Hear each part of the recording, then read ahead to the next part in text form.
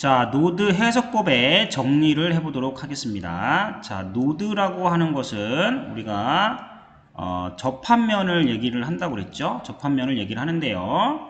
노드라고 하는 것은 이제 요런 회로가 있다고 할 경우에, 지금 독립전원이 두 개입니다. I1이라는 전류와 I2라고 하는 독립전원이 두 개고요. 그 다음에 저항값이 이렇게 세 개가 있습니다.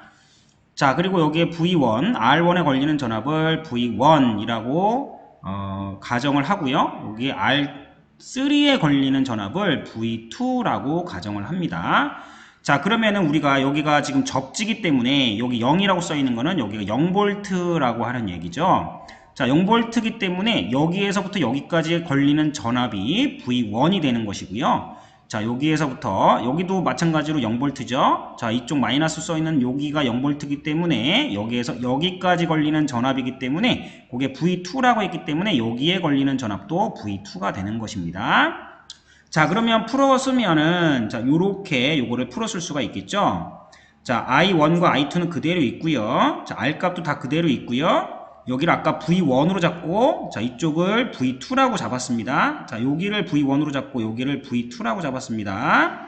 자, 플러스 마이너스 요렇게 잡았을 경우에 자, 위에가 플러스 밑에를 마이너스라고 이렇게 잡았을 경우에 여기에 지금 R1에 걸리는 접지, 즉 0V에서부터 여기까지가 걸리는 전압이 V1이기 때문에 요 점은 V1이라고 할 수 있는 거고요. 요 점은 V1이 항상 걸리는 거고요. 자, 요 점도 V2가 항상 걸린다고 이렇게 여러분들이 알고 있으면 되겠습니다. 자, 그러면은 먼저 우리가 그 노드 해석법은 노드를 일단 잡아야겠죠. 자, 여기에는 지금 이 회로에는 지금 노드가 총 3개가 있죠. 그런데 여기도 이제 노드인데요. 여기는 접지 노드라고 그래서 요거는 회로를 해석하는데 필요가 없습니다. 자, 여기에 지금 1번 노드가 있고 여기 2번 노드가 있습니다. 그렇죠? 다른 데는 노드가 존재하지 않죠. 자, 그러면은 1번 노드에서 2번 노드에서의 각각의 식, 즉 우리가 KCL을 노드 해석법은 KCL을 적용하는 거죠. 키르이호프의 전류 커렌트로 옵니다. 전류 법칙이기 때문에 이건 뭐냐? 어떤 노드가 있을 때 들어가는 전류의 합은 나가는 전류의 합과 같다. 또는 들어가는 어떤 노드에서 들어가는 전류의 만약에 이렇게 방향을 거꾸로 잡는다 그러면 합은 0이다. 이렇게 되는 거죠. 똑같은 말이죠. 얘는 얘랑 더한 게 같다. 얘는 이렇게 거꾸로 들어오는 거랑 합이 0이다 라고 하는 것은 같은 말입니다.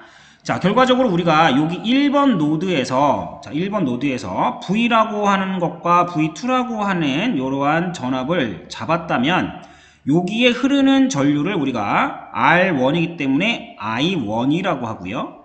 R2에 흐르는 전류를 I2라고 하고요. R3에 흐르는 전류를 I3라고 이렇게 가정을 하는 것입니다.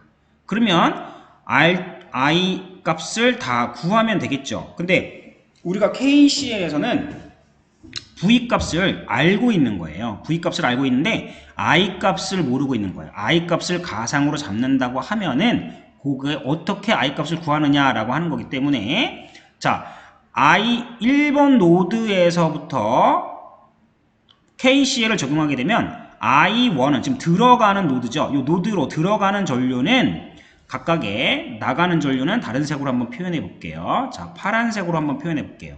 나가는 전류는 총 3개가 되죠. 이쪽으로 나가는 전류가 있고요. I2가 있고요. 이쪽으로 나가는 I2라는 전류가 있고요. 요건 이제 소문자 I2고요. 요건 대문자 I2죠. 요건 이제 독립전원이기 때문에 독립전류원이기 때문에 요거는 항상 정해져 있죠. 상수죠. 자, 그리고 이렇게 내려가는 전류가 이렇게 있을 것입니다. 자, 그러면 I1 대문자 I1 이렇게 들어가는 독립 전류는 이제 정해져 있죠. 상수로 얘는 요 위에 식을 봐야겠네요. 자, 요렇게 I2 더하기 그쵸? 요거 식입니다.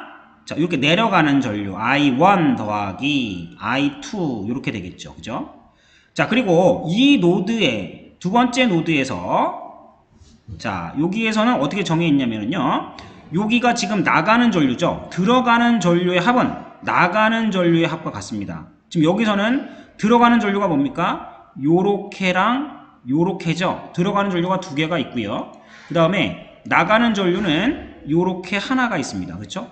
나가는 전류는 우리가 I3만 있죠. I3. I3는 자, 요식이죠, 요식. 자, I3는 뭡니까? 요거랑 요거. 지금 파란색으로 표현한 두 개의 전류를 더한 거죠. I2 더하기, 소문자 I2 더하기 대문자 I2가 되는 것입니다. 그 식이 바로 여기에 존재하는 거죠. 그죠?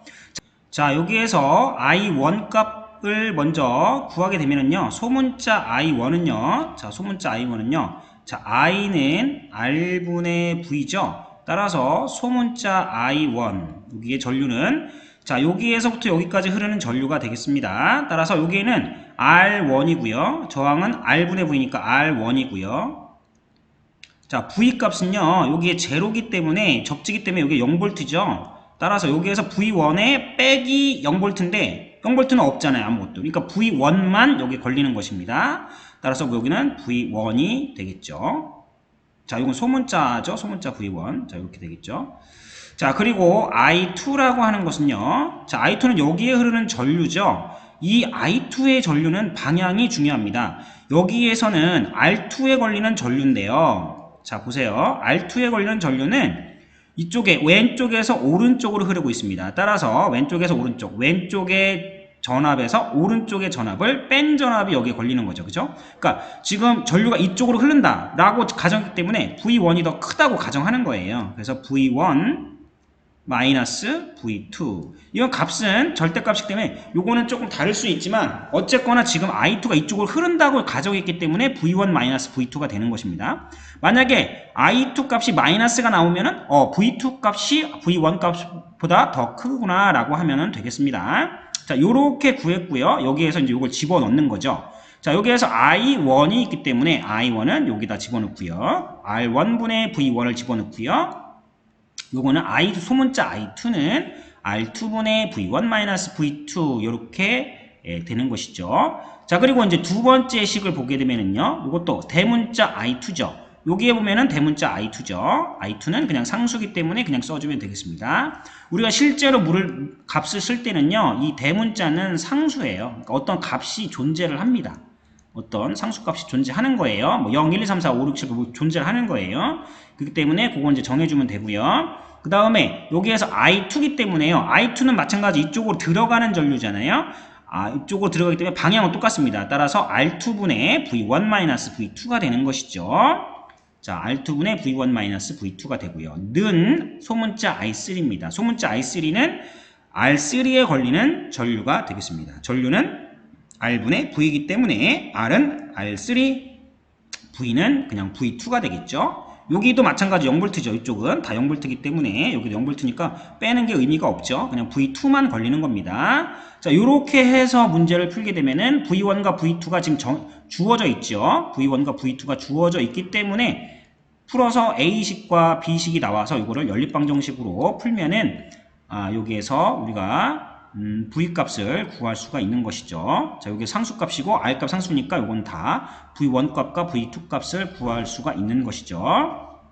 자, 이렇게 해서 문제를 풀어봤습니다. 노드 해석법을 정리를 해봤습니다. 예, 수고하셨습니다.